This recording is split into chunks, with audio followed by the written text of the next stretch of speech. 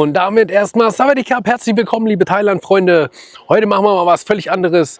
Was mir so aufgefallen ist und was ich lange recherchiert habe, sind 10 Dinge, die du in Thailand vielleicht lieber lassen solltest. Und dabei sind auch garantiert Sachen dabei, die ihr so noch nicht wusstet. Und jetzt kommt mir nicht mit irgendwelchen so banalen Dingen, die wahrscheinlich sowieso jeder weiß. Sowas wie das hier. Stop.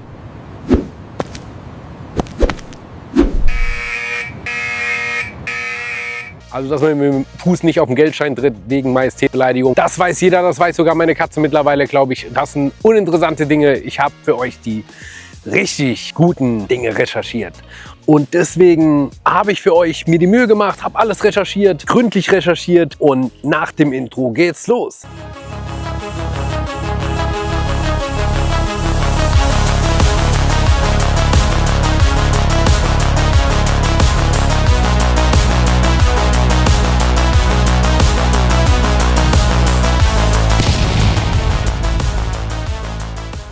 Und damit gehen wir direkt rein. Da wäre zuallererstes das Ding mit den Buddha-Statuen.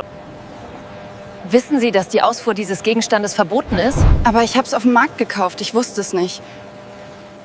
Auch wenn es für euch so erscheint, als wenn das ein schönes Souvenir wäre aus eurem Urlaub aus Thailand. Aber Obacht! Was ganz wichtig zu wissen ist, eine Buddha-Statue ist eine Ikone und ist kein Designobjekt, was man einfach mal so locker aus dem Urlaub mitnimmt. Rechtlich gesehen ist es sogar so, dass ihr jede Ausfuhr von einer Buddha-Statue, ob sie klein ist, ob sie groß ist völlig uninteressant. Normalerweise ist das genehmigungspflichtig. Also, wenn ihr auf irgendeinem Markt seid und denkt, gute Idee, eine Buddha-Statue mitzunehmen, Obacht! Incorrect. Die Wahrscheinlichkeit, dass da was passiert oder dass die angehalten werde, deswegen ist wahrscheinlich gering, so wie bei allen anderen Sachen, die ich jetzt noch nennen werde. Da im Hinterkopf behalten, also Buddha-Statuen als Deko mit nach Hause nehmen. Incorrect. No. Und was ich in dem Zusammenhang natürlich auch noch nennen will, ist der Umstand, dass viele Leute gerne Fotos machen auf Buddha-Statuen, in der Nähe von Buddha-Statuen da draufklettern. Das hat mit Benehmen zu tun und Respekt. Das muss genauso wenig sein. Das noch zum Thema. Weiter geht's. Das nächste Thema ist was ganz Banales, und zwar ist es, wenn ihr nachts fröhlich, gut gelaunt aus der Bahn nach Hause kommt und da auf dem Heimweg seid, und viele Leute machen das auch gern, ich habe das auch schon selber gesehen, pfeifen gerne.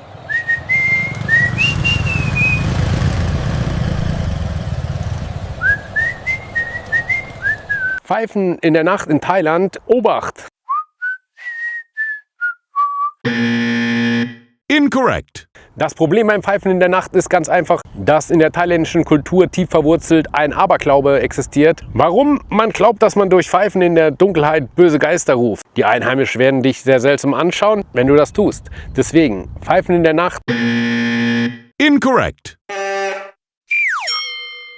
So, das nächste Thema, was auch wahrscheinlich viele betrifft, ist ganz einfach das Rauchen am Strand. Hey, Fräulein, hier ist Rauchverbot. Das Rauchen am Strand ist generell in ganz Thailand auf jeden Fall untersagt und kann auch hohe Strafen mit sich ziehen. Also Obacht, schnell mal einen Klimmstängel in den Sand schmeißen. Nein.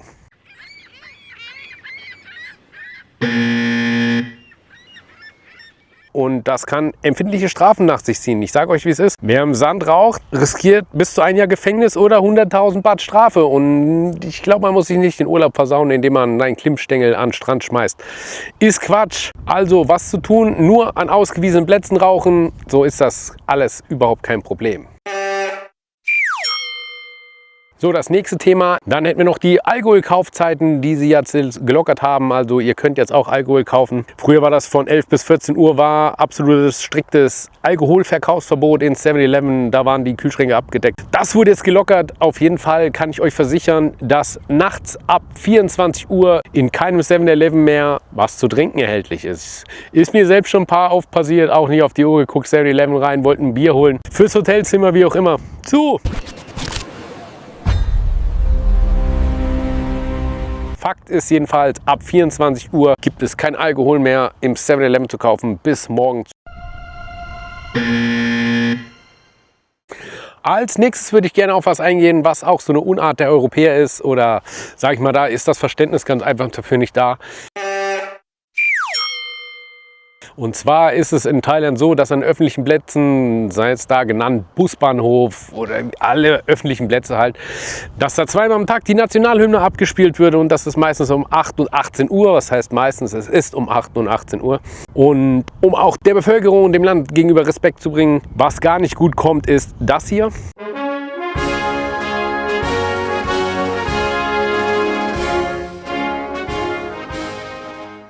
Also sprich, respektlos, wenn die nationale Hymne ertönt, einfach weiterlaufen, weiterreden.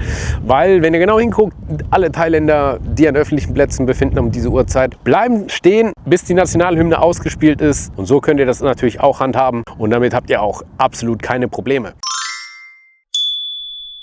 Stehen bleiben. Stopp! Halt, stopp! Solltet ihr das nicht tun, ist das absolut respektlos dem Land gegenüber, den Leuten gegenüber. Es ist, wie es ist. Andere Länder, andere Regeln. Und deswegen möchte ich euch jetzt mal so ein paar Dinge aufzeigen, die ihr wahrscheinlich so noch überhaupt nicht auf dem Zettel habt. Aber danach wisst ihr mehr. Als nächstes habe ich noch ein Thema, was ich auch schon so oft festgestellt habe oder gesehen habe, ist gerade, wenn man so Touristen in Thailand beobachtet, ist dieses Wai.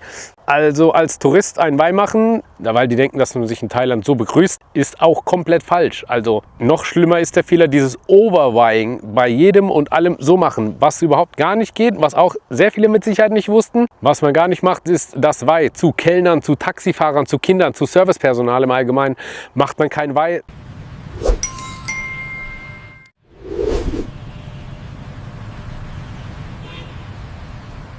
Warum das so ist, ist halt so. Im privaten Raum sieht das vielleicht wieder ganz anders aus. Aber noch dazu, oder ich möchte noch anmerken, dass, wenn man sich mal damit beschäftigt, es geht nicht darum, einfach nur so zu machen. Ich habe schon so viele Touristen gesehen, die machen das in einer Tour und überall und immer so. Und schenkt es euch, gerade so bei Servicepersonal und Taxifahrern. Ein Lächeln reicht auch, damit sind die auch zufrieden. Und dieses Overweiing, was so generell herrscht und ich auch schon so oft beobachtet habe, ein Lächeln. Und gut ist das. So, als nächstes habe ich noch mit reingenommen, das aber wahrscheinlich auch allgemein bekannt ist. Rollermieten in Thailand ist eine super Sache, macht Spaß, alles gut, ich mache das selber. Ich leih mir mal schnell einen Roller, das ist doch der Klassiker, oder? Sind wir mal ehrlich, hat jeder schon gemacht oder zumindest mit dem Gedanke gespielt, mal schnell einen Roller auszuleihen und ab geht's. So, das Problem an der Sache ist, in Thailand sind fast alle Roller schon mal 125 Kubik. Aber Obacht, also was gar nicht reicht, ist euer Dreier, ich bin von der alten Schule, man merkt das gerade. Fürs Auto, aktuell benannt mit B, meine ich, ja. Jeder Thailänder wird euch einen Roller verleihen, also das ist absolut kein Problem. Der wird auch nicht nach eurem Führerschein fragen, aber die Kontrollen haben jetzt auch gerade in letzter Zeit auf jeden Fall wieder definitiv viel zugenommen. Stop. Please show me your Class A driver's license. All right, here you go. Und da gilt es, wenn ihr euch korrekt verhalten würdet, es reicht auch kein 1B, auch wieder alte Bezeichnung, sorry, A1, was hier 125er Kubik Führerschein in Deutschland ist. In Thailand braucht es tatsächlich einen richtigen Motorradführerschein, also Klasse 1 oder Neudeutsch A.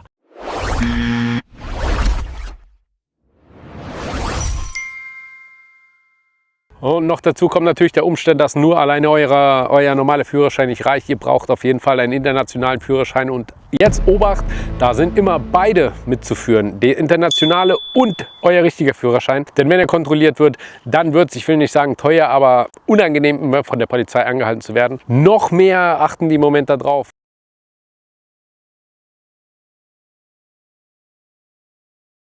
Helmpflicht ist denen noch wichtiger geworden als der Führerschein. Also ich bin auch schon angehalten worden. Es geht meistens also wirklich nur um den Helm. Aber wenn ihr euch korrekt verhalten wollt, also ihr braucht den europäischen Motorradführerschein. Ja, den internationalen Führerschein muss mitgeführt werden und euer Führerschein. So, das nächste Thema ist das hier. Bei uns hier in Europa völlig banal ist oder eigentlich an der Tagesordnung ist. Nein, so geht das nicht. Also, Aber ja, das ist genehmigt. Ja, konntest du ahnen? Richtig, mit dem Finger auf andere Leute zeigen. Ist bei uns, das Zeigen mit dem Finger ist bei uns eigentlich der Standard. In Thailand gilt das Ganze aber leider nicht so oder sieht das Ganze nicht so aus. Ein No-Go unter den Thailändern mit dem Finger auf jemanden zeigen. Natürlich will ich euch auch Tipps geben, wie man es besser machen kann. Wenn ihr wirklich auf jemanden rufen wollt oder jemand herwinken sollt, winkt mit der Handfläche nach unten, so als wenn ihr jemand rufen wollt. Das geht völlig klar, aber niemals so machen. So, als nächstes hätten wir natürlich da noch eine Geschichte, die ist mit Vorsicht zu genießen. Ich mache es selber auch. Ich gebe euch einen kleinen Tipp. Richtig, dampfen. Dampfen ist generell in Thailand illegal. Die Einfuhr, alles was damit zu tun hat, Liquid und, alles illegal. Achtung, illegal in Thailand. Schreibt es gerne in die Kommentare, ob ihr dazu mehr wissen wollt, dann mache ich mal ein eigenes Video drüber. Generell immer im Hinterkopf behalten, der Kauf, Verkauf, das Benutzen oder das Bei sich führen von jeglicher Art von E-Zigaretten ist strengstens verboten. Es ist illegal. Es ist, wie es ist. Wie das in der Praxis natürlich gehandhabt wird, ist ein anderes Thema. Soweit immer im Hinterkopf behalten. Dampfen ist in Thailand illegal. So, kommen wir zum nächsten Thema. Und natürlich, last but not least, haben wir noch diesen Gesichtsverlustmoment und Hand aufs Herz, wie viele von euch können da mit dieser Situation tatsächlich was anfangen? Mit diesem Gesichtsverlust, gehört hat man das schon 100.000 Mal natürlich. Auch wenn irgendeine schwierige Situation ist, tut niemals laut werden, schreien. Schau, was du getan hast. Das ist komplett kappt. Ich will sofort mein Geld zurück. Es tut mir sehr leid, Herr. Zum Thema Gesichtsverlust kann ich euch noch sagen, oder sonst irgendwie ausfällig werden. Aber wer kann es richtig einordnen? Ich will euch ein ganz banales Beispiel geben. Da spielen ein paar Kinder, heben euch was auf, weil euch was runtergefallen ist.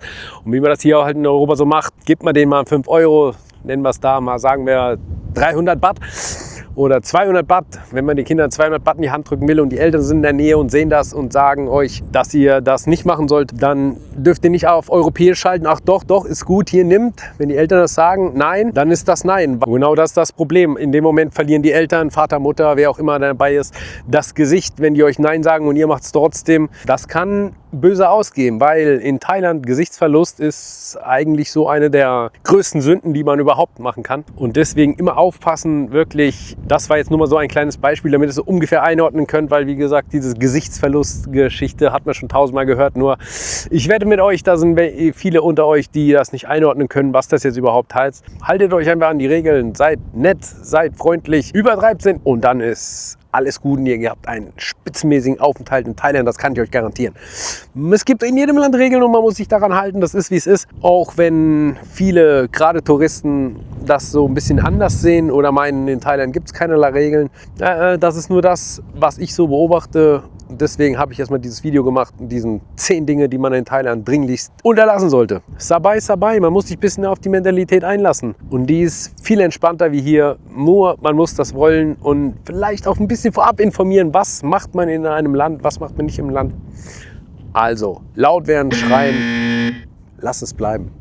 Lohnt sich nicht. Vielleicht konnte ich mit diesem Video ein klein bisschen dazu beitragen, dass ihr entweder was Neues wisst oder euch mal, wenn ihr wieder in Urlaub oder wenn ihr vorhabt, nach Thailand zu fliegen, mal ein bisschen vorher Gedanken zu machen, was geht, was nicht. Viele müssen ihre europäischen Sitten, Marotten so ein bisschen ablegen, denn andere Länder, andere Sitten, wo der wie das Sprichwort heißt. Und was mich jetzt natürlich noch interessieren wird, von den Dingen, die ich hier erklärt oder genannt habe, oder kanntet ihr das alles schon, gerne mal in die Kommentare, mich interessiert das wirklich. Vielleicht fallen euch auch noch andere Dinge ein. Natürlich gibt es noch einen Haufen mehr, aber ich habe extra darauf Obacht gelegt, dass es jetzt nicht diese Standarddinge sind, die jeder kennt, wie hier die mit dem Geldschein und drauf treten, um den aufzuhalten. Das ist alles blödes Zeug.